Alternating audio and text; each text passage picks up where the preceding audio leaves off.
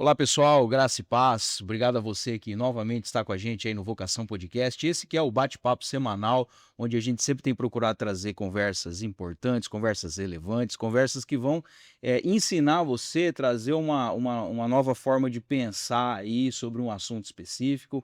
E eu tenho certeza que hoje aqui a nossa proposta não vai ser diferente, tá? A gente quer agradecer a você que está conosco aqui em todas as nossas redes sociais. Você já está careca de saber, são várias redes sociais que nós estamos atuando. Então, aonde você puder participar com a gente aí, curta o nosso material, compartilhe, se inscreva nos nossos canais. Nós estamos também nos dispositivos de áudio que você pode ouvir a gente fazendo trabalhando, fazendo os seus serviços de casa. Enfim, a Vocação Podcast está em vários lugares e aonde nós não estivermos, fale conosco via WhatsApp, tá? Nosso WhatsApp é o DDD 18 99737 9063, repetindo DDD 18 99737 9063. Adicione a gente aí na sua lista de contatos, mande mensagem pra gente, sugestão de pauta, comentários, inclusive essa é a nossa chave Pix. Se você quiser fazer uma doação para nós de qualquer valor, o QR Code vai estar fixo aí na tela, tá? Em todo momento da entrevista. Faça isso para nos ajudar, mas principalmente adicione o nosso contato e interage conosco, isso é muito importante para nós. E agradecer também aí o Secate Estofados, que mais uma vez está conosco, Secate que é o profissional indicado para qualquer ação que você precisar aí do ponto de vista de reforma de estofado, reforma de poltronas, se você tiver o sonho de construir um sofá sob medida, uma poltrona, uma cabeceira de cama, o que você precisar de tecidos e espumas, o Secate é a pessoa indicada para isso, tá bom? O DDD dele é o 18 981 34 86 49. Repetindo o DDD 18 981 34 86 49. William Secati, é só falar com ele aí que ele vai te atender da melhor forma possível, tá bom?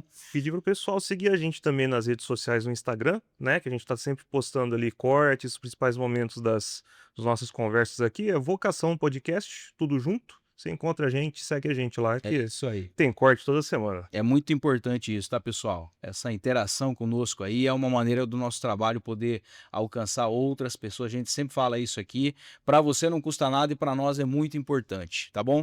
Bom, hoje nós estamos aqui com a Aline Scabi. Aline, obrigado, tá, por ter aceitado falar com a gente aqui no Vocação Podcast. Eu que agradeço, o Ô, prazer foi todo meu. ô, Aline, você é psicóloga de formação. Sim, Já há quanto tempo já que você trabalha com... Você tem eu me formei em 2019. 2019. Isso, Você se especializou em uma área, da psicologia? Como é que foi essa tua história formativa? sim. Na realidade, minha história formativa começou, eu fiz minha primeira formação foi ADM, aí me Nós formei somos adminis colegas de é, profissão, então. somos. Legal. Me formei em administração de empresa, eu sempre tive um sonho de fazer psicologia, e eu trabalhei muito tempo na área financeira, e teve um gestor que falou pra mim: "Olha, vocês têm que ter um plano B". Eu peguei e falei: "Nossa, plano B?" Ele falou: "É, porque hoje em dia a área financeira, então tá difícil trabalhar. O que vocês gostam de fazer? Pensa num plano B". E eu pensei, eu fui resgatar um sonho lá atrás meu, que era fazer psicologia, só que na época eu não tinha condições financeiras, teve uma época também que psicologia só tinha no período da manhã, então eu tinha que trabalhar, e comecei a fazer psicologia. Então assim, fui de novo 5 anos estudando, não é fácil, mas fui atrás desse sonho, e logo que eu me formei comecei no último ano, na realidade, da faculdade, eu comecei já a fazer estágios, e aí eu vi que eu tinha uma facilidade, e eu nem era mãe, então, assim, eu não tinha tanto contato com crianças, mas eu vi que eu tinha uma facilidade, que eu gostava de atender crianças, tinha essa facilidade também com as crianças. E deve ser uma área difícil da psicologia, né, trabalhar com Sim, criança, né. porque você não trabalha só com criança, você também trabalha com os pais. Entendi. Então é diferente É quando toda uma você rede. é diferente quando você atende, especializa em adultos, você não praticamente não lida com os filhos. Você ali lida só com adulto, então a gente tem que trabalhar com as crianças e também tem que fazer treinos parentais com os pais. Então, de uma certa forma, você também atende os pais. Entendi. Aí, foi um professor meu uma vez que me indicou, não se falava tanto, falava, mas não se falava tanto sobre o ABA, que é a análise do comportamento aplicado, ele falou que era uma área que tinha poucos profissionais que se interessavam, e quem gostava de trabalhar com criança, era importante seguir essa área. E eu comecei a ir atrás, e aí fui, e me apaixonei por análise do comportamento, porque hoje eu sou especialista em análise do comportamento, eu também sou neuropsicóloga, então, assim, eu fiz 2 especialização, depois de 2019, que eu me formei em Ou psicologia. seja, você estudou bem pouco, pelo que eu tô vendo aí, né? Eu não parei de estudar, Que gente, na legal, realidade, porque parabéns. quando eu fiz ADM, eu fiz depois, gestão de pessoas. Eu fiz uma pós que teve na Unip de gestão de pessoas, aí depois eu fiz psicologia e fiz já 2 especialização. Imagino que a psicologia, o primeiro foco, foi também em gestão, né? Na realidade, eu comecei a fazer psicologia porque eu achava que eu ia para o ramo organizacional, que ia trabalhar no RH. Uhum. Falei, então eu vou juntar, porque eu já tinha gestão ADM, gestão de pessoas, E psicologia, psicóloga. dava tudo certo. Falei, vou trabalhar com recrutamento e seleção. Trabalhei um tempo. Ainda quando eu estava, fui para uma grande empresa no ramo de bebidas, e aí trabalhei no recrutamento e seleção. Mas aí eu vi que não era tudo aquilo que eu imaginava. Acho que foi bom para eu Sim. conseguir tirar esse estigma do que e eu vi que não era aquilo que eu queria mesmo para minha vida. Então, falei: "Não, eu quero mesmo clinicar. Então eu vou para a área clínica, então é isso que eu quero fazer". E é com crianças que eu quero trabalhar. E aí você, fez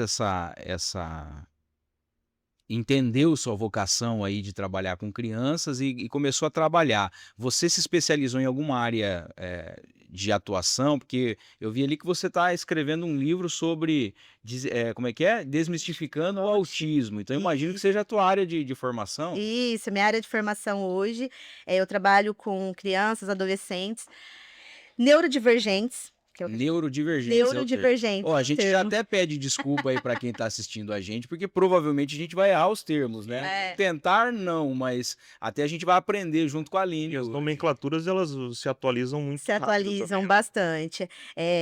Hoje em dia, a gente já fala neurodivergentes, então são crianças antes falavam crianças com autismo, hoje é crianças autistas, pessoa autistas. Uhum.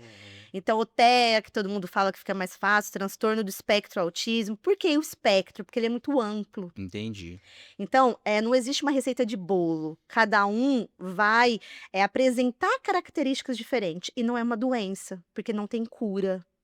Então não entendi. é: "Ai, a pessoa, É eh, um transtorno que a pessoa vai ter que aprender a lidar com aprender a lidar isso. para sempre, não tem cura", então vai ter que sempre ela tá ali buscando ajuda ou buscando um tratamento.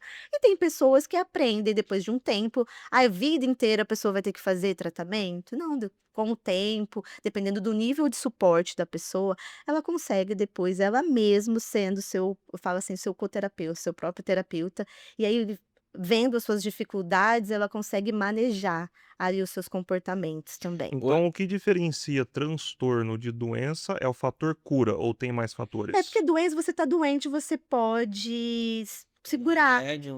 Você e aí e eu também nem costumo chamar eu falo assim, a gente também tá tirando o termo que eu falo assim, não é meus pacientes, são os meus aprendizes. Uhum. Então eu falo muito é meu aprendiz, às vezes ou minha criança, porque às vezes não é criança, às vezes é adolescente, às vezes pode ser um adulto. Então eu falo aprendiz, porque a gente tá sempre aprendendo, então a gente tem que E estar sempre se e renovando. parece que não, mas a gente aprende até isso em RH, em administração, que o termo utilizado se refere muito à sua forma de atuação com o público.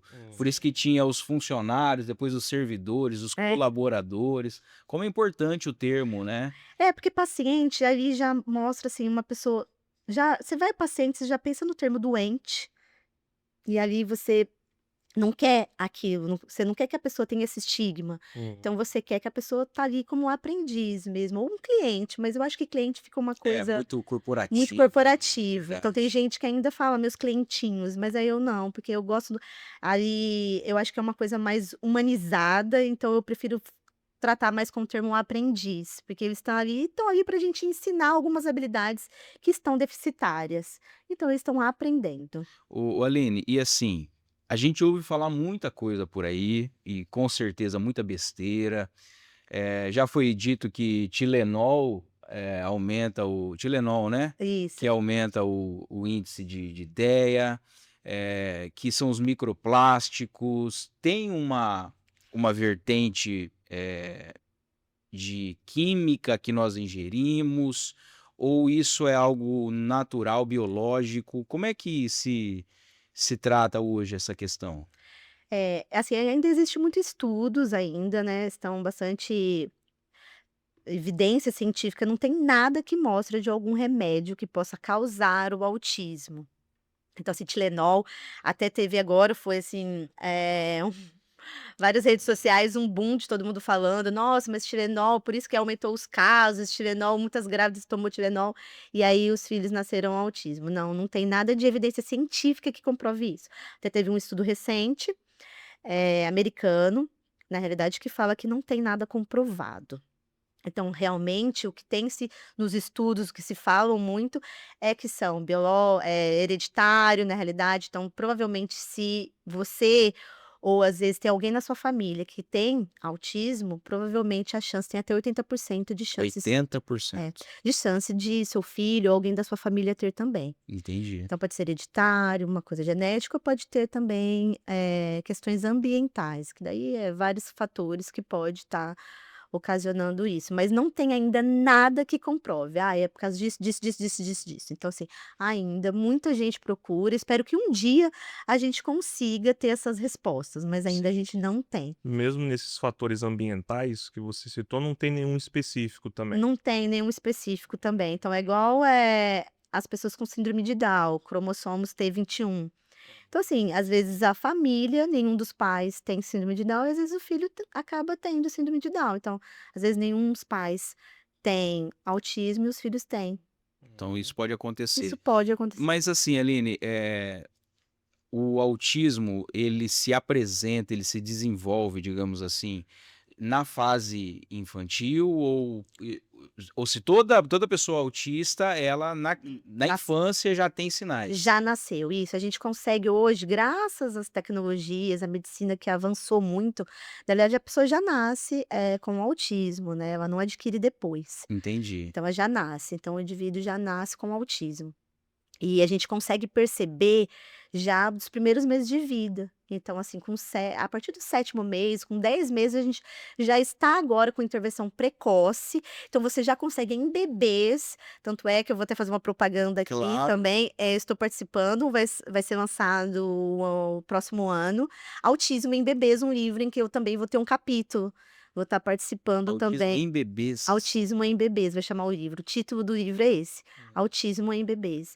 Então, se você conseguir identificar, já em bebês, que antes a gente conseguia identificar a partir dos 2, 3 anos. Agora a gente já consegue identificar algumas características e já entrar com a intervenção precoce, mesmo não tendo o diagnóstico, finalizado, mas você já consegue entrar com intervenção precoce para poder desenvolver essas habilidades. Entendi. Então, geralmente, às vezes o neném é um pouco mais hipotônico, ele é molinho, sabe aquelas cabecinhas que não fica firme? Que você pega um bebezinho, às vezes você já fala: "Ó, firminho, cabeça firminha". Geralmente a criança que ela tem um atraso motor.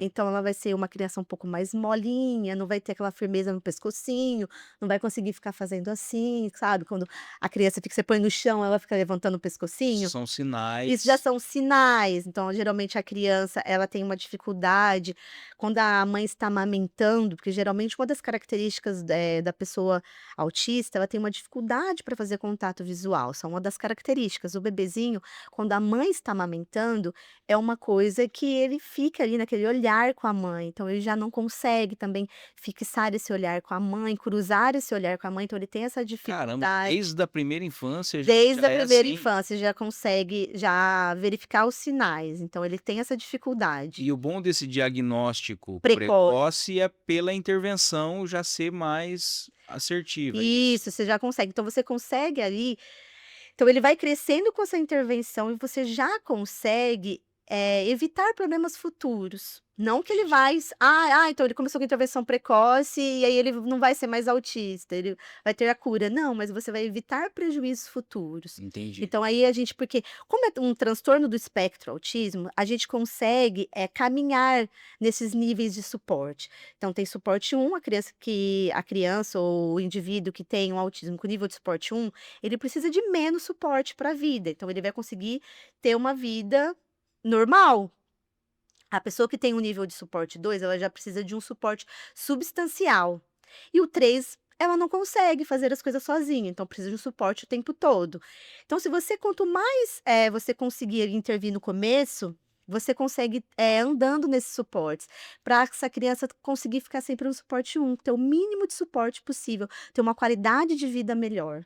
Aline, eu imagino que esse diagnóstico cada vez mais precoce seja um desafio também para a área de separar o que seria um sinal concreto de sinais, né? Porque É. eu vejo muita coisa no Instagram de essa coisa de diagnóstico em casa.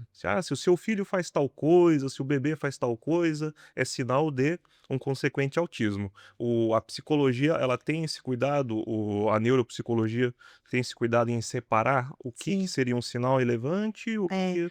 Porque assim, você tem que tomar muito cuidado, eu já tive até lá na clínica, eu já tive crianças que foram com diagnóstico de autismo e depois eu atendendo, porque geralmente a criança vem com diagnóstico, com laudo do médico, porque nós psicólogos, nós não podemos laudar, a gente dá hipótese diagnóstica, mas quem realmente dá o diagnóstico é o médico e dá o laudo médico.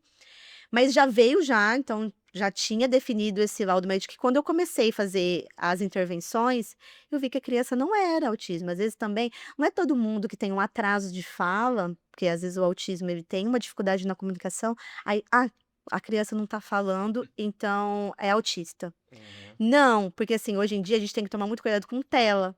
sim. As crianças estão nascendo já, você pode ver bebezinhos e a família já coloca ali a tela na frente. A criança, quando ela utiliza muito da tela, ela não precisa falar, ela não precisa se comunicar com o outro, porque ali ela fica só vendo as imagens, então ela não precisa pedir nada, ela acaba não interagindo com o meio social, ela não brinca, ela não faz pedidos, ela não faz solicitações. Então, para que que ela vai. Demora mais para falar, não tem estímulo, ninguém conversa com ela, fica só ali. Os adolescentes hoje em dia Isso é um pretenso motivo de um diagnóstico de falso. diagnóstico falso. Então eu peguei crianças que tinham atraso na fala e na realidade não era autismo. A criança tinha atrasos na fala, ela precisa de fono, precisa de uma terapia, uma intervenção fonoaudiológica, mas ela não é autista. Então, assim, precisa ter outros critérios, precisa fechar vários critérios, então não tem. Então tem que tomar muito cuidado. Aí o que que eu fiz? Eu fiz um relatório questionando o laudo médico. Uhum. Nem todos os médicos gostam disso. Imagino, imagino. A gente questionar, então, vocês têm que enquadrar dentro de uns critérios diagnósticos. Eu só tinha atraso de fala e às vezes tem. Porque a mãe fala assim: ah, o meu filho não fala. Chega no médico. Meu filho não fala. O meu filho, ele se joga no chão, faz birra.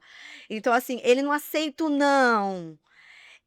Criança geralmente tem uma dificuldade para tem aquela fase do período de desenvolvimento que tem aquela dificuldade para ter um não. Então vai variar muito de acordo também, como a mãe maneja esse comportamento. Então será que estão reforçando essa birra? Será que estão fazendo tudo que essa criança quer? Ah, ele bate, ele é agressivo. É lógico, porque se ele não aceita o não, se ele tem uma dificuldade com tolerância, ele vai ser mais agressivo, então vai querer vai e bate, aí já fala que é agressivo, é autista. Uhum. Ai, a Mas é criança a já tem mãe que tá precisando. e às vezes a família precisa entender que tá reforçando aquele comportamento de birra, aquele não tá deixando a criança se frustrar. Hoje em dia, quantas vezes a gente vê, e não só crianças, não, adolescentes que não são frustrados, e aí não gostam de receber um não, não consegue. Esse tempo atrás eu vi um vídeo nas redes sociais, um rapaz, um adolescente pediu uma moça em namoro, a moça falou não, ele foi lá e deu um tapa na moça, mas aí a moça veio e deu um soco nele. Uhum. Assim, Meu Deus, que geração a nossa. Mas é interessante essas informações, porque uma coisa que se percebe é que às vezes existem pais e alguns profissionais que eles querem apresentar uma resposta rápida. sim, E aí já vem com um diagnóstico e já começa, né, a é. seguir. E quais são os malefícios de você eh, iniciar um tratamento? É tratamento que se fala? Sim, são Um trabalho, uma intervenções. intervenção com um possível autista e ele não ser. Não, malefícios acredito que não tem, porque a gente, ali a gente trabalha muito as intervenções desenvolvendo as habilidades. Então, são crianças que às vezes precisa estar ali desenvolvendo algumas habilidades que ainda são deficitárias, mas não tem malefício, a não ser que se entrar com alguma, aí questão médica medicamentosa. Uhum.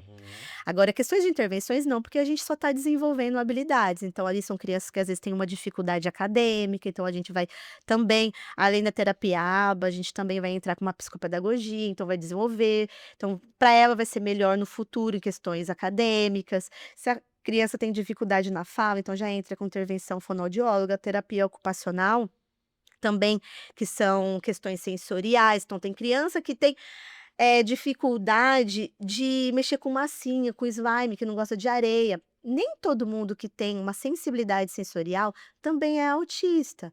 E às vezes também tem que tomar cuidado que, ai, meu filho tem seletividade alimentar. Nós também, adultos, temos que ter Sim. seletividade alimentar. Então, às vezes, é uma preferência. Quando é bebezinho, come de tudo. Depois você vai crescendo, você passa por uma fase no desenvolvimento que você não quer determinados alimentos, algumas texturas você não gosta. É diferente de ter uma seletividade alimentar. Então, assim, então aí a criança também tem essa dificuldade, então a gente trabalha, então não tem malefícios. Só que eu acho que a gente não pode colocar este peso Na na criança. criança, É da verdade. criança ter um transtorno sem ela não ter. Então, assim, porque ela vai carregar para o resto da vida dela.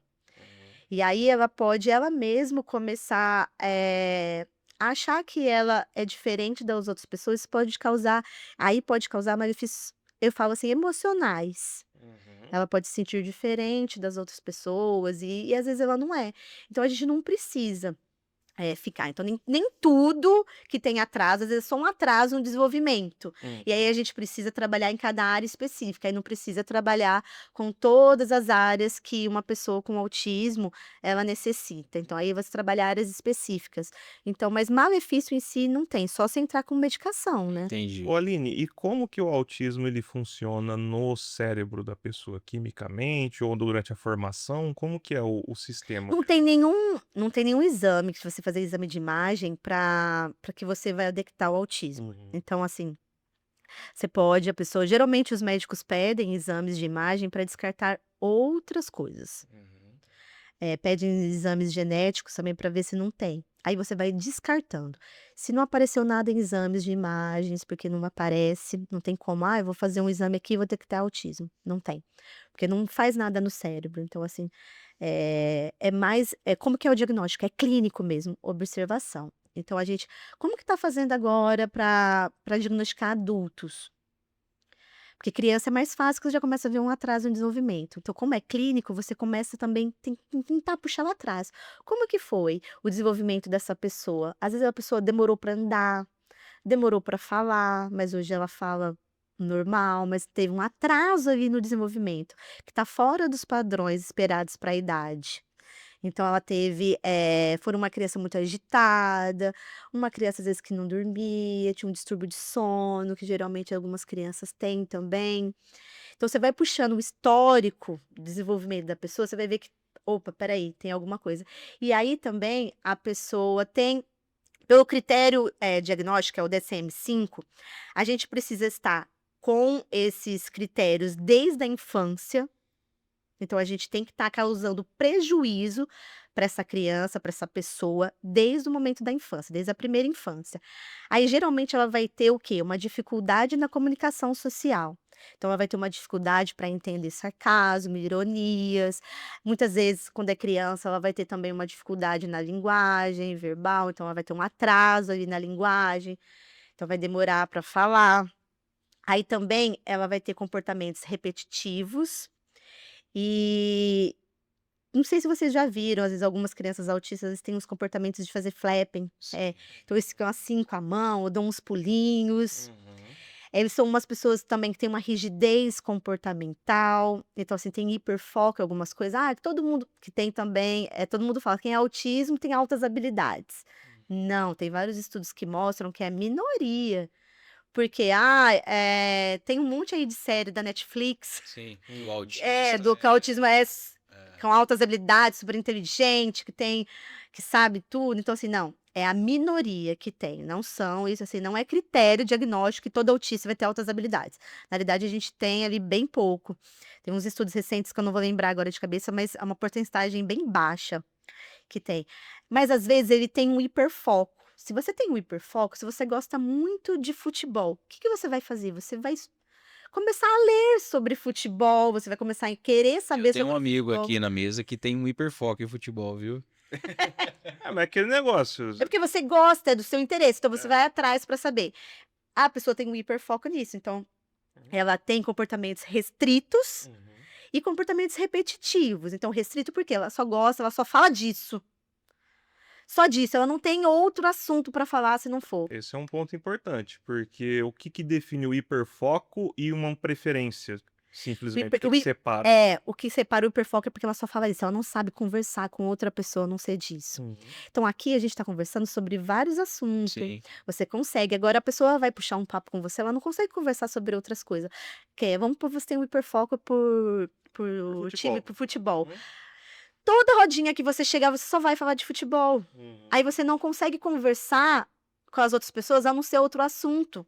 Você não consegue embalar ali no assunto que a gente começa e vai, um vai contando. Não, você já chega assim, ai, e aí, o São Paulo, Corinthians, e aí alguém vai falar sobre outra coisa com você, você fica perdido, porque você só sabe falar sobre isso. Entendi. Isso é hiperfoco. Agora, uma preferência, você vai saber mais sobre futebol, mas você consegue conversar sobre outras coisas. Sim. Então, tem Interessante isso, né? É. Interessante. Não, é interessante, porque é mais uma característica que é o pessoal mais uma confunde característica, muito, né? confunde muito. De que, porque gosta de tal coisa, então é um hiperfoco, acaba banalizando o termo, não é?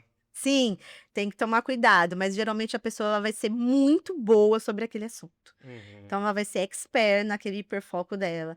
Então, eu tenho alguns aprendizes que eles gostam de animais. Geralmente criança gosta de animais. Alguns é marinhos, alguns é animais domésticos.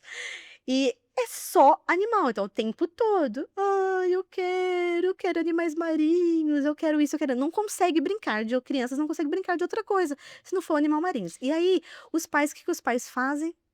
Só compra animais marinhos. Acaba incentivando. Acabam incentivando isso. E você, quando vai atender uma pessoa que tem esse transtorno, por exemplo, de animais marinhos, você tenta trazer o assunto, levar o assunto para outras áreas, para tentar quebrar isso? Como é que é essa. É, geralmente o que que a gente faz?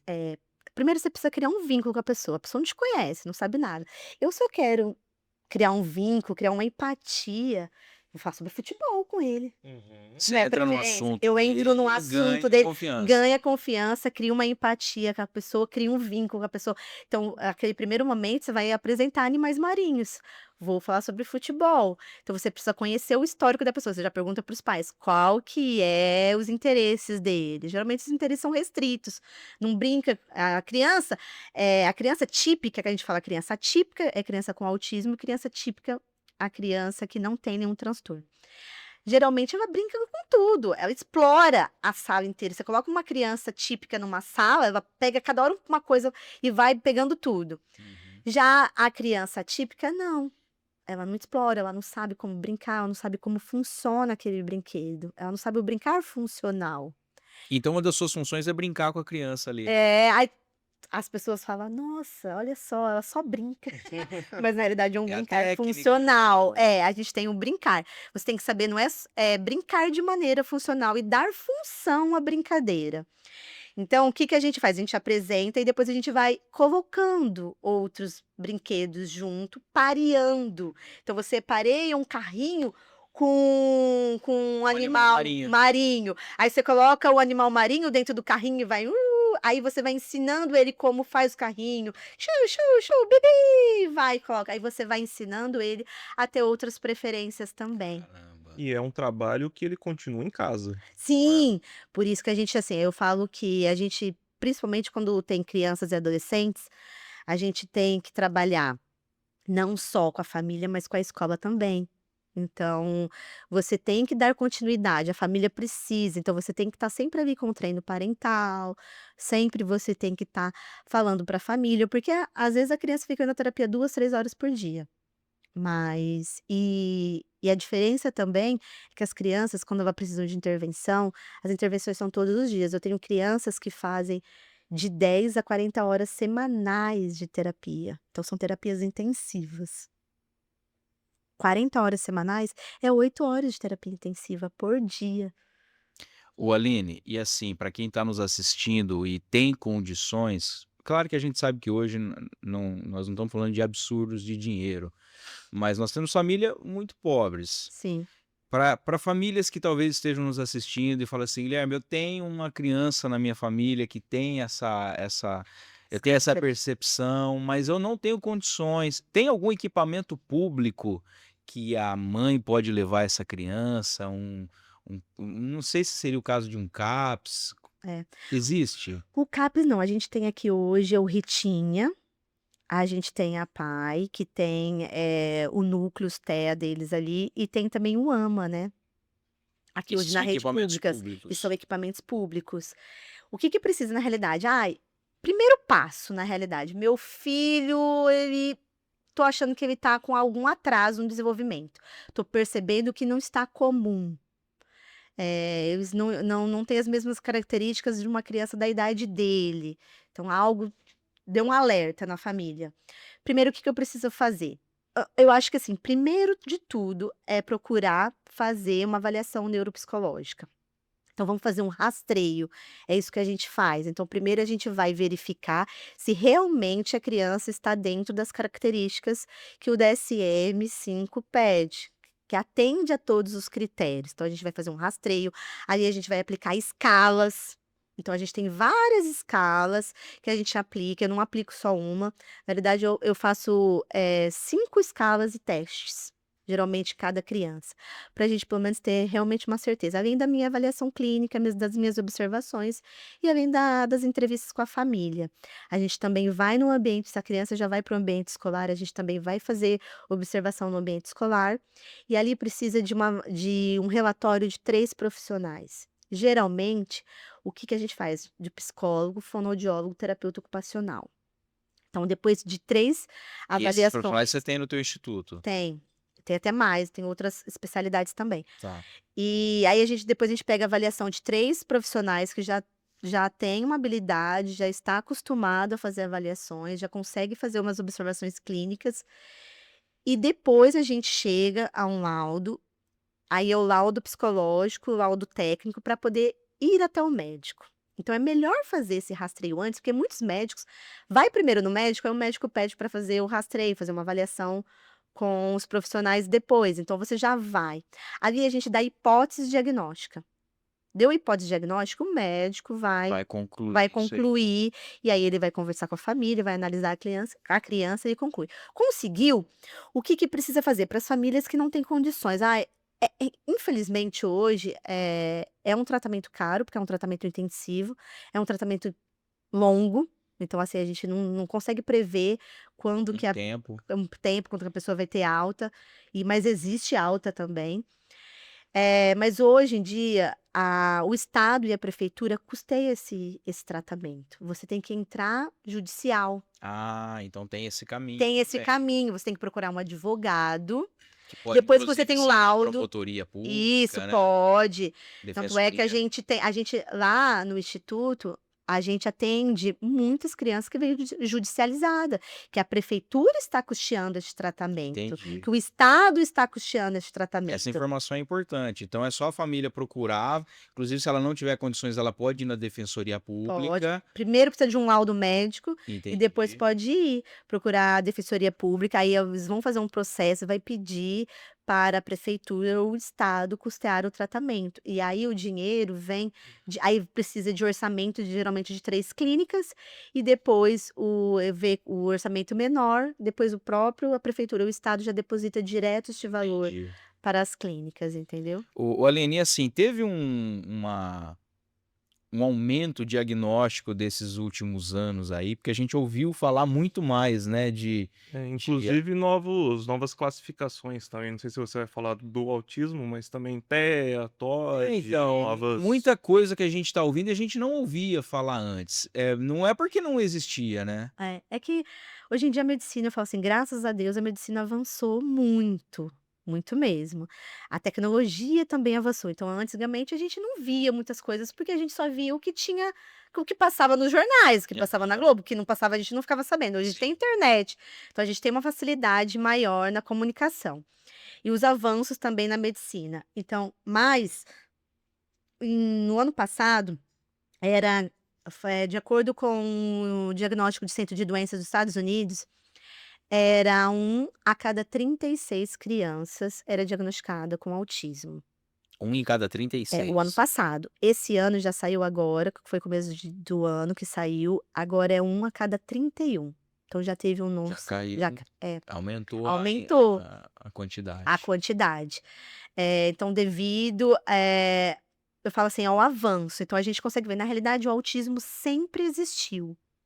É que antes não se falava. E também as pessoas que também tinha o autismo e outras comorbidades, como paralisia cerebral, deficiência intelectual, não ficava muito no nosso meio, não ia para as escolas regulares. Então, às vezes, ia só para o APAE. Então, a gente não tinha contato. Então, Entendi. e muitos, às vezes, nem iam para a escola, os pais nem colocavam para socializar com outras pessoas. Não se procurava, tratamento, porque, antigamente, tanto é que a nomenclatura da deficiência intelectual, antigamente se chamava, era retardado. Por isso que foi. Essa palavra retardado ficou muito pesada, eles tiraram, e aí agora se chama deficiência intelectual. Então aí, as pessoas não ficavam junto com outras, a gente não tinha esses amigos, não estavam no nosso meio. Os pais tinham vergonha e acabavam, indo, às vezes, só ficando dentro de casa ou só estudando na PAI. Entendi. Ô, Aline, um ponto polêmico nessa questão da socialização. A gente vê hoje no ambiente escolar, por exemplo, a inclusão dos alunos que antigamente ficavam numa sala especial com uma sala regular. Você vê isso com benefícios? Existem os malefícios? É. Existe uma melhor. Tem pontos a se melhorar nesse processo? Tem. Eu falo assim, a gente tem que tomar muito cuidado, porque hoje em dia fala-se muito sobre inclusão, mas a gente sabe que é bem diferente. Sim. Uhum. A inclusão, a gente tem que tomar cuidado com a equidade. Então, há crianças que podem, e eu acho que devem, estar em escolas regulares, mas tem crianças que não têm condições de estar em escolas regulares e estão neste. Então, aí tem malefícios, aí é ruim, porque assim, uma criança que está no nível 3 de suporte, que além de ter o autismo, ainda tem outras comorbidades. Como que ela vai acompanhar uma escola regular? A gente viveu isso, né, Hélio? Sim, A sim. gente viveu isso. Na nossa turma tinha muita, muita, Alguns neurodivergentes, alguns alunos com deficiência visual, né? Alunos especiais. Ainda a deficiência intelectual, deficiência visual, na realidade, você ainda tem o braille ali, você editando, a pessoa consegue. Mas a gente tem que tomar cuidado quando tem na parte cognitiva. Então, assim, tem uma deficiência intelectual, então ele vai ter um atraso na parte cognitiva, ele não vai conseguir acompanhar a sala. E aí, o que eu vejo que não é inclusão? Você colocar uma criança numa sala de aula, essa que tem todas as comorbidades juntas, a criança não vai conseguir acompanhar, não consegue ficar sentada, ela vai ficar nervosa, porque ela não vai ali conseguir ficar aquele tempo todo sentado numa carteira. Ele não está entendendo nada o que está se passando na lousa, estão pedindo, atividades de alto custo para ele, é onde vem a agressividade. E mais, Aline, se você me permite, às vezes o próprio professor não está preparado para atender Muito. aquele público Sim. e Mais ele ainda, alunos regulares, o professor já já não tem tem uma condição. dificuldade, já são muitos alunos, É. né? Agora, um professor para uma sala de 30 alunos, E e você ainda coloca, aí você coloca um cuidador que não tem especialização, não sabe como lidar. Então, assim, eu acho que é importante, sim, a escola, mas eu sou contra. Eu acho que deveria também ter uma escola específica Sim. para atender essas que têm uma dificuldade maior. E não ali ter equidade, para a gente conseguir. Ele conseguir também, de acordo, eu falo assim, com o que ele hoje tem de habilidade. Então, a gente precisa ter material adaptado, coisa que não tem. Então, eu tenho crianças que têm 12 anos, mas que a hora que você vai aplicar uma escala, para você ver a inteligência, medir o QI dele, ele tem a idade de desenvolvimento de 4. Então, hoje, ele tem uma mentalidade de 4 anos, mas ele tem 12 anos. Eu vou colocar ele junto com as crianças de 12 anos, sendo que ele não consegue fazer? E para a própria criança neurodivergente já é um desafio gigante. Se me permitem, eu vivi uma experiência esses dias. Eu fui em São Paulo numa gelateria, chama Il Sordo. Nem conhecia, não sabia da existência. O dono, ele é deficiente auditivo. Todos os funcionários são surdo-mudos, todos. Caramba. E quando você entra na gelateria, você fica perdido, porque você fala assim: "Cara, como é que eu vou me comunicar?" E a pegada da gelateria é essa mesmo. Uhum. Então, assim, a proposta ali daquele lugar é fazer você entender como eles se sentem quando eles estão no nosso ambiente. Uhum. Cara, como a gente, precisa começar a pensar em como é a acolhida É. desse público divergente, né. Então a gente não pode simplesmente Porque pegar: "Ah, eu preciso fazer inclusão", a gente precisa ter inclusão real mesmo, não pode simplesmente pegar essas crianças que não tá a escola não tem estrutura nenhuma, não tem profissional capacitado, não tem profissionais que vão estar ali orientando, e aí colocar no meio de 30 crianças. Uma criança que tem sensibilidade sensorial, que o barulho a incomoda, Sim. ela precisa ter um ambiente que mais vai tranquilo, que vai receber, né. receber. Então, assim, como que você vai colocar ela numa sala com 30 crianças gritando? Porque a gente sabe o que é uma sala de aula, a gente já estudou. Sim, sim.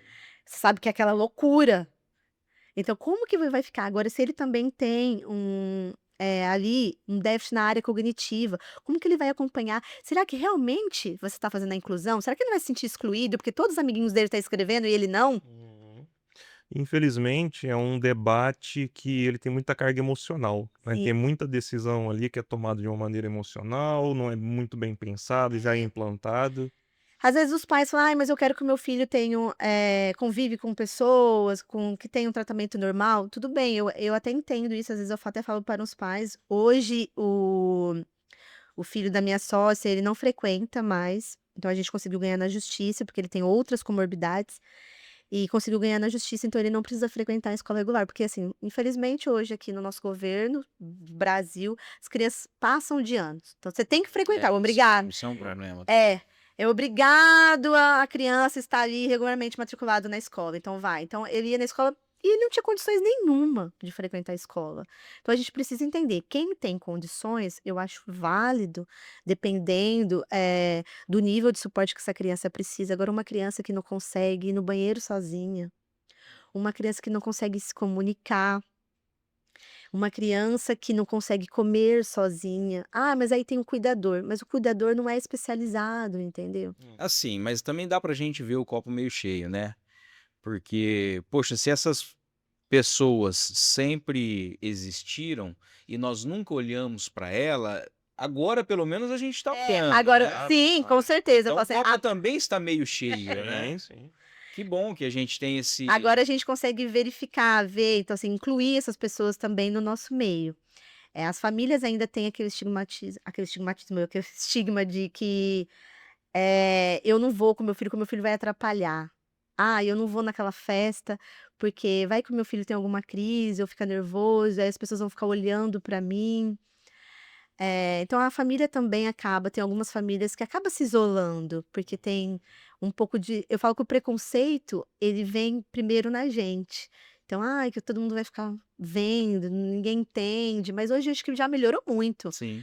Melhorou muito, as pessoas estão levando mais, a pessoa usa o cordão, aí as pessoas já têm o cordão no shopping mesmo você pode ver, às vezes a criança às vezes tendo alguma birra, E o algum bom tipo é de que a comportamento. população já entendeu o que é esse cordão, né. O Uhum. povo já entendeu o que significa, então acho que tem uma evolução. E eu achei uma coisa muito interessante que você falou, pra nós aqui, Aline, que você tem um projeto para as igrejas relacionado Sim, à TEA, né? isso, autismo nas igrejas. Eu tenho um projeto sim, na realidade é um projeto que está caminhando, eu quero assim, implementar ainda não implementei nenhuma igreja aqui, mas se Tem o Deus sonho quiser, de mas tenho um implantar. sonho, porque eu tenho a equipe, e eu tenho uma equipe bem engajada, profissionais que também querem estar fazendo isso de forma social. Entendi. Então, assim, são pessoas que são capacitadas e treinadas, pessoas que eu confio. Porque hoje em dia as famílias têm essa necessidade de ir à igreja, de também estar frequentando, então também tem essa vontade de estar ali nos cultos, participando. Mas com os filhos, elas acabam se isolando. Ah, porque meu filho, ele não consegue ficar sentado. Como que eu vou ficar 2 horas numa igreja assistindo um culto? Eu não consigo. Então, sempre fica o pai ou a mãe, e o outro tem que ficar atrás do filho. Então, o que que eu quero com esse projeto? Que a gente fazer mesmo aquelas salas kids, mas com profissionais capacitados, que os pais possam confiar de deixar seus filhos, e não só no momento da palavra, mas assim, a mãe chegar na igreja, já ser recebida, já desde o primeiro momento, na porta da igreja, e a gente já conseguir essas pessoas que têm uma dificuldade, uma sensibilidade sensorial, porque quando começa o culto, geralmente, tem a bateria, tem o louvor, então assim, é muito estímulo, as palmas, é muito estímulo sensorial. Tem criança que não consegue, mesmo com abafador, que tem umas crianças que conseguem usar abafador, tem outras crianças que não, mas não consegue estar neste meio, porque é muita informação para ela, então a gente tem que fazer isso aos poucos. Ah, mas ela nunca vai conseguir? Não, ela vai conseguir, mas isso não pode ser da noite pro dia introduzido nela. Ela tá sempre em casa, com aquele silêncio, e de repente vai levar ela na igreja com aquele barulho, um monte de e é diferente como eles sentem. Então além de ser muita gente, tem crianças que não gostam do toque, aí vem, todo mundo abraça, todo mundo beija, cumprimenta, então tem criança que não gosta disso, tem criança que tem sensibilidade com cheiro, perfume, então ali imagina tantas pessoas na igreja, cada um com perfume, É. então eles são muito mais sensíveis a esses estímulos sensoriais. Então, a essas crianças que não conseguem, a gente já abraçar a família ali no começo e já levar. E ali também, a gente, lá na sala Kids, o que eu quero também? A gente conseguir trazer histórias bíblicas de uma forma também diferente. Então, através de comunicação visual, porque o autista ele entende muito mais com a comunicação visual. Então, aí a gente fazer, histórias bíblicas e de acordo com os cards visuais, você introduzir para ele conseguir aprender. A gente também utiliza muito, comunicação alternativa e aumentativa. Tem crianças que, devido aos seus diagnósticos, não vai conseguir, não vai ser verbal, não vai conseguir falar através de palavras, mas ele pode ser verbal com a comunicação alternativa. Então, você comunicar através por figuras, você comunicar através hoje em dia a gente tem também, comunicadores, a gente tem iPad, que são a criança consegue falar, então ela consegue expor o que ela está Ou sentindo. seja, tem Tem ferramentas. várias ferramentas para a criança conseguir se comunicar, então ela também ser verbal. Uhum. Então a gente consegue, como a gente já tem toda, eu falo assim, essa experiência, e a gente já tem, os profissionais, então eu queria, assim, tá implementando. E aí a gente treinar essas pessoas, para que está dentro da igreja, que já tem, porque a gente, toda igreja tem, Sim. tem a sala das crianças e tem as pessoas que cuida dessas crianças. Então já tem a pessoa que já tem um dom, Que e a a gente igreja inicia o treinamento dessas professoras, né, Isso, que cada igreja comece e assim, e a gente nem eu falo assim, esse projeto, a gente ainda eu tenho algumas terapeutas que estão comigo, nós na implementação, a gente não está nem cobrando, é algo social mesmo. A igreja só precisa entrar em contato com a gente, e a gente dá essa capacitação para as pessoas, para a gente Aline, ensinar. qual o teu contato, através do Instagram? Como é que o pessoal entra em Sim, contato com você? tem o meu Instagram que é @psicoalineescabia. Escábia, Aline Isso. Escábia. Vai ser o nome do card, tá? Psico Aline Escábia, através do Instagram. O instituto também tem um Instagram? Tem, @institutoamormaior.ata. Instituto Amor Maior.ata. Manda mensagem lá no direct, o Manda mensagem pessoal. Bom, direct, qualquer coisa também tem o nosso telefone aqui do Vocação, tá? 18 997 37 90 63. Pode entrar em contato conosco, a gente faz a ponte também com o Instituto da Aline. Mas desculpa, Aline, mas isso é muito importante. Sim, Isso é muito importante. Eu acho que a igreja que está ouvindo aqui o Vocação Podcast, nós temos que entender esse público. Esse público também precisa de Cristo. sim, Esse público também precisa ser evangelizado e esse público está aumentando. são famílias doentes, são mães carentes, e a fé é muito importante, então a gente precisa então são pessoas que a família muitas vezes não chama, a família, acaba ignorando essa pessoa, porque o filho dá muito trabalho, eu não vou chamar para vir na minha casa não, não vamos chamar para festinha fulano não, porque o filho dela, ai. Acontece, a gente sabe que acontece muito isso, e a própria família exclui essa pessoa. Então é um público muito excluído. E eles já sentem essa exclusão, eles também acabam também se excluindo mais ainda. Então eles são carentes. Então assim, eu todo dia eu lido com mãezinhas que choram, que precisam de Deus, que necessitam de uma fé, que precisam de um consolo, de um abraço, porque não é fácil, muitos pais abandonam essas mães, porque o que acontece? Um tem que parar de trabalhar para cuidar desses filhos. É. Então a mãe, ela deixa a vida dela, ela perde a sua identidade para se transformar na mãe do fulano. E assim, a igreja sempre teve o compromisso de ajudar os menos favorecidos, os Sim. pobres, isso é bíblico, isso é ensinamentos de Cristo. Na história da igreja, a gente sempre trabalhou com os menos Excluídos, favorecidos, né? Os excluídos. órfãos. E igreja brasileira, igreja do século 21, 22, 23, a gente precisa tratar com esse público. Com certeza, eu acho que é muito Precisa entender importante. esse público. E a gente precisa entender como funciona. Eu até quero, um dia, se eu tiver a oportunidade de ajudar a fazer o culto azul, que é um culto sem bateria, sem, de fazer assim, sem Tem a muita gente muitos que já gostaria, mesmo sendo Nossa, mesmo não sendo dela. mandar isso pra fora da igreja, outros ambientes também, viu? A vizinhança azul. Poxa, que maravilha. Então sério. eu acho assim, a gente fazer um culto assim, sem bater muito palmas, um culto mais ameno, um culto Para esse isso, público, para esse né. público, Quem sabe fazer um culto interdenominacional, isso. trazendo, E a gente teses de várias convidar igrejas, até as de vários, convidar. nossa, convidar todo mundo. Então, assim, a gente convidar todo mundo, quem nunca foi numa igreja, independente da religião, mas vir aqui, a gente fazer algo diferente para abranger esse público também. Então, eu acho que E o Vocação Podcast fica à disposição, tá, Aline? O que a gente puder aí utilizar o nosso canal de comunicação, para a gente potencializar esse projeto, eu acho que isso aqui nós estamos falando de reino de Deus.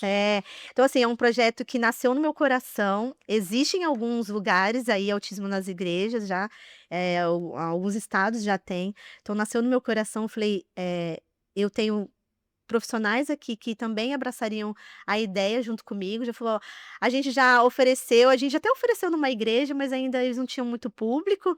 Então, o pastor ficou um pouco assim, vamos, assim, não gostou da ideia, mas ainda não se finalizou. Tem algumas igrejas que fazem esse tipo de não com essa do jeito que eu quero, na realidade, mas já abrange esse público, mas o que eu quero, assim, é implementar mesmo, é capacitar, é trazer, não só eu falo assim, o conhecimento para esses profissionais, não só passar o nosso conhecimento para eles, mas trazer materiais adaptativos, que é isso que eu vejo que não tem, não simplesmente para eles tirar eles, o pai e a mãe assistir o culto e eles ficarem lá na sala brincando. Não, mas que também essas crianças sejam evangelizadas. Sim. Esse que é o meu interesse maior. Então, assim, eu tenho certeza que esse projeto não quero que fique só no meu coração, mas que entre no coração de todos.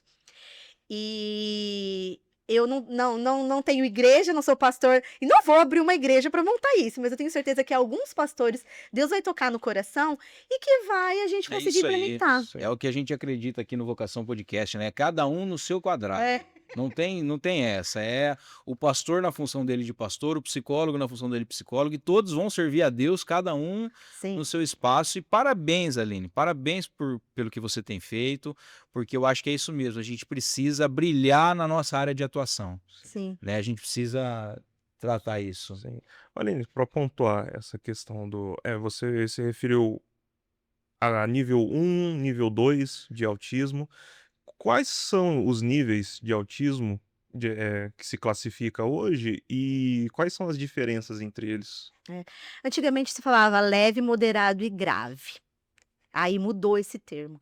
Porque assim, leve, moderado e grave. Grave para quem? Começaram a ver. Às vezes é grave para um, não é grave para outro.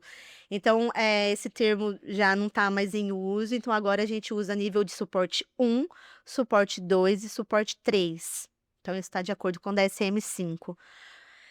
Por quê? Porque são crianças que precisam de um suporte A criança de nível 1 de suporte, ela não precisa de tanto suporte substancial. Então, assim, ela consegue se alimentar sozinha, consegue tomar banho sozinho, consegue ir para a escola, ela precisa ali de um apoio, mas um apoio básico. Uhum. O nível de suporte 2, que seria o antigamente o moderado, então são algumas coisas que a criança vai conseguir. Às vezes ela é bom na parte acadêmica, mas na parte, vamos supor ali, para se alimentar, para comer, para tomar banho, às vezes ela não consegue, ou vice-versa. Às vezes ela consegue, então ela precisa ainda ter alguém ali mediando algumas áreas e algumas habilidades da vida dela.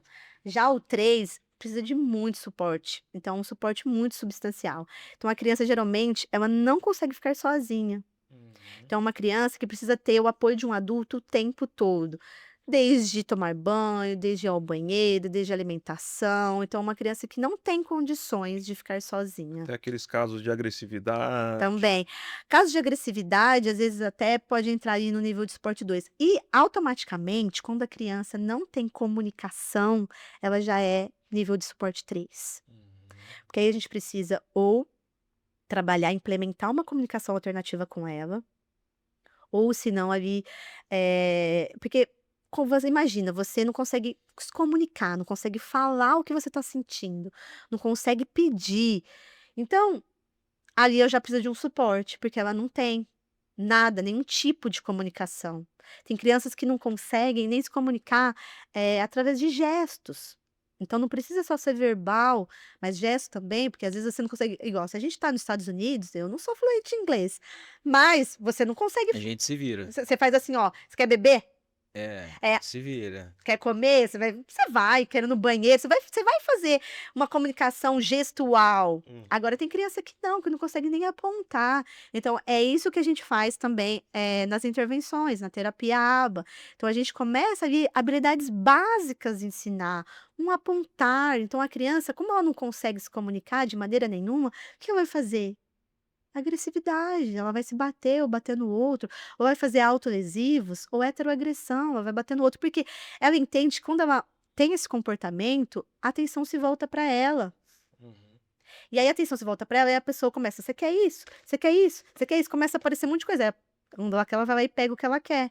Então só quando eles têm um comportamento agressivo é que consegue alguma coisa. Então eles aprendem a se comunicar através da agressividade. E como é importante o acompanhamento, né, porque a família começa a A entender. entender, a criança começa a ter mais recursos Sim. para comunicação. Eu tenho um aprendiz que ele tem 4 aninhos. 4 aninhos, maravilhoso. E ele tem, apraxia de fala, além de ter autismo também. Então, assim, apraxia de fala, ele tem uma dificuldade motora, então vai ser difícil, ele fala enrolado, vai ser difícil ele falar. E nós entramos com comunicação alternativa para ele, através de um iPad. Então, para ele, ele pegou muito rápido, porque ele não tem, uma deficiência intelectual, não tem nada que atrapalhe ele na parte cognitiva. E para ele foi libertador, ele aperta lá e o Imagina. próprio comunicador fala: "Eu quero isso, eu quero massinha", ele discute com a gente: "Não, eu não vou, eu quero brincar com um amigo", ele vai apertando os botões, ele entendeu que aquilo é a voz dele. Então a gente não pode calar a voz dessas pessoas. Se essas pessoas não conseguem falar de maneira verbal, então a gente precisa ensinar maneiras alternativas de estar falando. A gente tem botão de comunicação, pelo menos o essencial, o básico. Sim, tem um botão que a gente utiliza também, é um botão que você só aperta e você pode gravar. Então aí você grava o sim, o não, eu quero, não posso, banheiro. Então aí a pessoa, você vai ensinar a pessoa que toda vez que ela apertar aquele botão, vai falar, então ela consegue alguma voz fala por ela, então ela consegue se comunicar. Então, porque tem pessoas que não conseguem, às vezes, comprar o comunicador, o iPad, que às vezes, mas você consegue falar através por figura. Então, você ensina para ela que aquela figura, então, através, ela também não consegue ler, mas através do símbolo que você vai fazendo pareamento e vai ensinando para ela, o que você começa, eu quero água. Você começa a mostrar um copo de água com o símbolo da água, mostrando para ela, e Ela toda vez associa. ela associa, então você vai fazendo associações para ela, então ela vai vendo que toda vez que ela pedir essa figura, vai ser entregue algo para ela, vai ser entregue a água, vai ser entregue a comida, aí ela começa a te mostrar a figura, e isso é muito gratificante quando você vê que você está dando voz para essa pessoa. E a tendência é, no desenvolvimento dessa criança, ela conseguir mais facilmente alcançar essas ferramentas. Sim, e também tem algumas crianças que não têm nenhum assim, atraso motor de fala, que isso dá um input de fala também. Então, a criança que tinha dificuldade para desenvolver a fala e começou a melhorar a fala através também legal. dessas comunicações. Muito bom. Parabéns, Aline, pelo trabalho. Fala um pouquinho do seu livro para Ah, é nós. verdade. Isso aqui eu trouxe para vocês, é um Obrigado. presente. Obrigado. Isso aqui é Desmistificando o Autismo. Assim, eu fui convidada para Esse aparece aqui na câmera. Desmistificando o autismo. Isso. Eu fui convidada para estar participando dessa obra, né? O meu é o capítulo 2. Por quê? Hoje em dia existem muitos mitos ainda sobre o É autismo. nosso esse aqui? Esse é de Posso vocês. pegar um Pode. autógrafo teu Ah, depois? pode. Então, eu trouxe para vocês aqui, para o Vocação Podcast, ganhar um Obrigado. livro. Eu vou fazer agora. Tive um lançamento inicial em São Paulo, né? Que foi lá no Shopping Iguatemi. Agora a Facfea me chamou para estar participando. Agora vai ser agora em outubro. Legal. Vai ter o FEA Livre, e aí vai ter outros ex-alunos que fizeram, então eu vou estar participando de um Com lançamento lá. licença. Aí, eu ia fazer isso, Cheirinho cara. de- Cheirinho de livro Sim, novo. cara. Cheirinho de livro Maravilhoso. novo.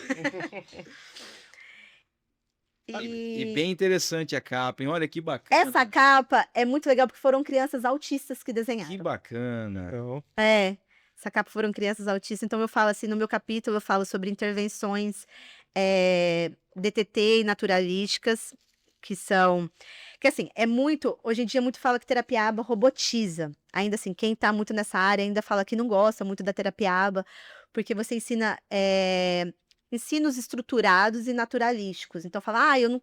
Tem pais que já conhecem um pouco mais, falam, eu quero mais que. Não quero que façam ensinos estruturados com o meu filho, aquele ensino de mesinha, que fica uma coisa robotizada. Mas isso aí já está caindo por si, então não existe. Isso foi antigamente uma ciência, a ciência muda. Sim. Então, assim, hoje em dia a gente está fazendo mais, tudo mais assertivo, humanizado. Aí eu falo assim, a gente precisa muito os pais precisam, eles precisam estar se conscientizando e também autorizando. Então, a gente trabalha muito com assentimento, o consentimento dos pais e o assentimento das crianças. Então, a gente não obriga as crianças a fazerem nada, mas não força as crianças a fazerem. Então, tudo é através do engajado, relaxado e feliz.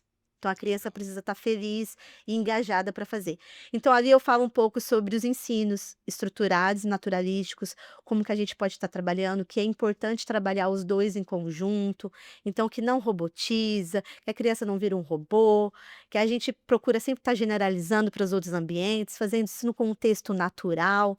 Então, que isso é um mito, na realidade, que a terapia ABA robotiza as crianças, e não é bem assim. E como é que o pessoal adquire o livro, Aline?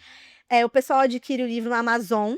Ah, tá na. Tá na Amazon. Legal. Isso. Pode adquirir o livro lá direto Ou no também entrar site. em contato no direct. Ou também entrar em contato Você- direto comigo, porque eu tô ali. E aí, no dia 29, vai ser aqui na igreja Casa do Pai, né? Que é ali do lado da Facfé. Então vai Sim. ter ali um lançamento, um segundo lançamento que eu vou fazer, que Que eu vou estar dia? vendendo, dia 29 29. de outubro. Tá, legal. 29 de outubro eu vou estar fazendo o segundo lançamento e o pessoal também vai poder estar adquirindo. Ô, Aline, como que é escrever um livro sobre saúde, algo comportamental? Porque é diferente de uma literatura, uma ficção. Ali tem dados verificados. Sim. Dá trabalho?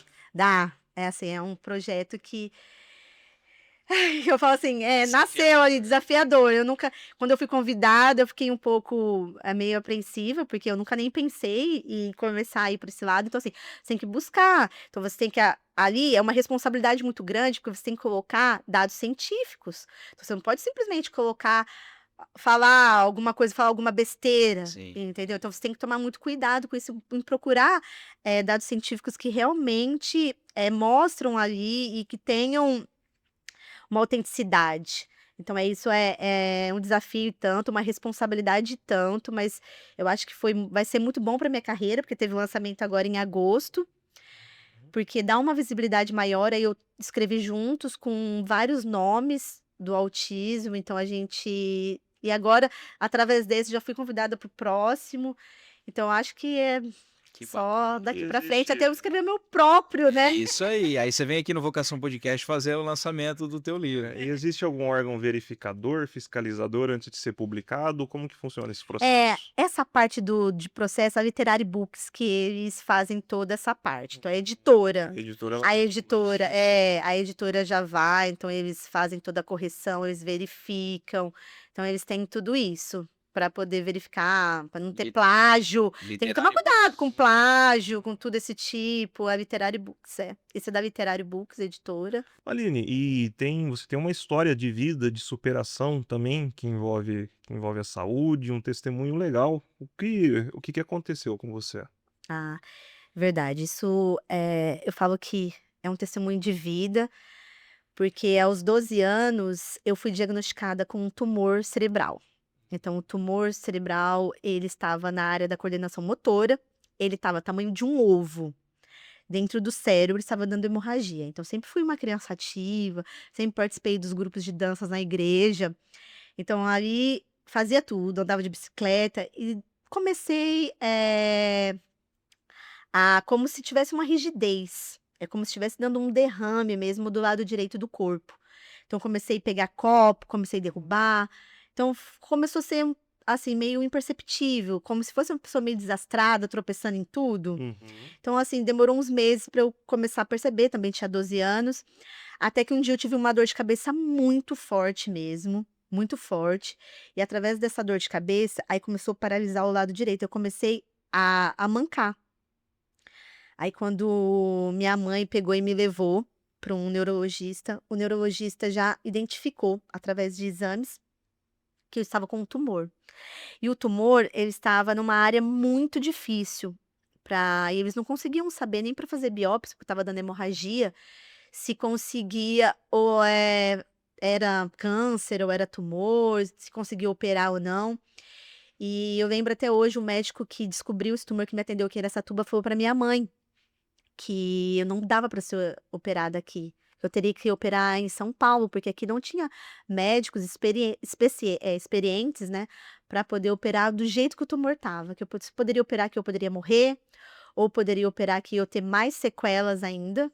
Então poderia várias coisas acontecer, porque estava num local muito difícil, então não era qualquer um que conseguiria, tinha que ser um especialista mesmo, um neurocirurgião. E ele falou assim: "Ó, então vamos tentar entrar em contato com esse médico para você poder tentar ir para São Paulo". E graças a Deus, naquela época, minha mãe fazia, assim, coisa de um mês. Minha mãe trabalhava numa multinacional, fazia coisa de um mês que eles tinham implementado o benefício do convênio médico. Hum, E era 100% naquela época, que implementaram um convênio médico para todos os funcionários. caramba. Assim, Deus Milagre. assim, Deus foi colocando as coisas assim, tudo teve o seu propósito, Providenciando, né? tudo providenciando. Uhum. E quando, aí ele falou assim, porque o médico pegou e falou assim: "Ela não pode bater a cabeça". Então isso era uma sexta-feira, e a gente ia para São Paulo na segunda, falou: "Ela não pode bater a cabeça, de cair de jeito nenhum, porque o cérebro dela tá inchado, porque tá dando hemorragia no tumor". Eu peguei e estava tomando banho no banheiro, uma sexta-feira, final do dia. Eu não escorreguei no banheiro e bati a cabeça no vaso sanitário. Ah, Meu Deus. Naquele mesmo momento eu parei de andar, na hora. Eu não consegui mais andar. e você tinha quantos anos? Tinha 12 12 anos. anos. Eu não consegui mais andar. Aí paralisou o lado direito inteiro. Eu perdi completamente a força da minha perna. Minha mãe desesperou, ligou para o médico falou assim: "Vai para São Paulo hoje, que eu estou entrando em contato com o médico, e o médico vai receber vocês para tentar fazer a internação da Aline no sábado de manhã no hospital". E isso foi a gente foi correndo para São Paulo, porque a qualquer momento eu poderia ter um derrame cerebral. Uhum. Daí piorou. Então agravou o meu caso. E eles não poderiam, eles tinham que estancar o sangue e desinchar o meu cérebro para poder operar. Então não podia, a gente não ia chegar lá em São Paulo e ia fazer cirurgia de imediato. Uhum. Então eu tinha que fora os exames que tinham que fazer. Nisso, a minha mãe sempre foi uma serva de Deus, né, minha família inteira, meus avós eram pastores também. Hoje meu avô faleceu, minha avó infelizmente está com demência, então minha família inteira, né, eu cresci no berço cristão. E todo mundo vinha entrando em oração, apareceu um monte de pessoa, nunca vi tanta gente que foi na minha casa para orar naquela época. E eu lembro até hoje, né, teve vários tipos de oração, tem umas que eu prefiro nem me recordar. Ma Geralmente é assim. prefiro nem me recordar, mas teve um que minha mãe não sabe nem quem é ele até hoje, não sei da onde que Deus enviou. Ele pegou e falou assim: "Ó, sua filha, Deus manda dizer que sua filha vai passar pelas mãos da medicina, mas ela vai ter a vitória". Então assim, até me comovo, porque foi um momento muito difícil.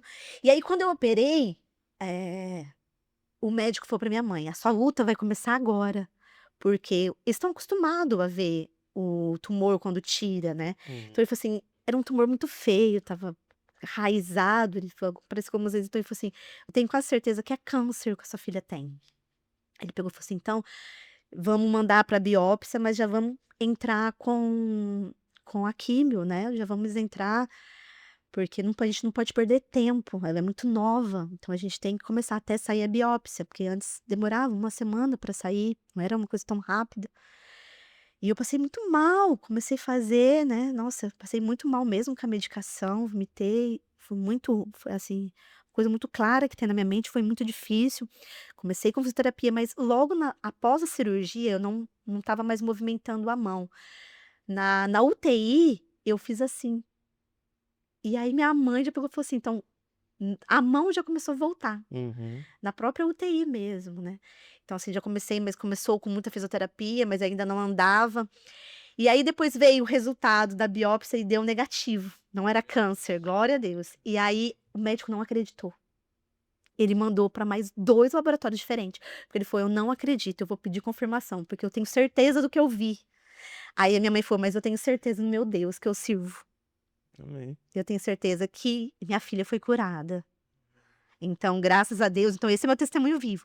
Assim, Deus me curou de um câncer, porque era pra eu nem tá viva aqui, não era nem pra eu estar contando essa história, né. Sim. E hoje você tá. Aí hoje eu fiquei com uma sequela na perna, né, na perna direita, do joelho pra baixo, então assim, eu fiquei com uma sequela, ando mancando, eu perdi o movimento do joelho pra baixo, mas em Perto compensação, do que perto do aconteceu. que aconteceu, então assim, eu fiz muita fisioterapia, eu fiquei 1 ano sem andar. Uhum. Então, assim, tive que, ter muita força de vontade, então a minha família me ajudou muito, então eu tive que fazer ali vários exercícios e ter forças, né, assim, mas Deus sempre esteve presente, então, é uma história de vida mesmo, de luta, então a minha mãe nunca deixou eu acreditar que poderia ser diferente das pessoas. Eu falo que eu não tive psicóloga naquela época, que naquela época ninguém ia para psicólogo, mas minha mãe foi minha psicóloga.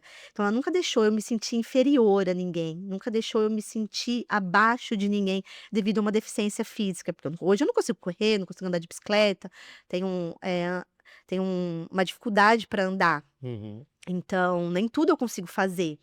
Mas ela nunca deixou eu me sentir inferior a ninguém.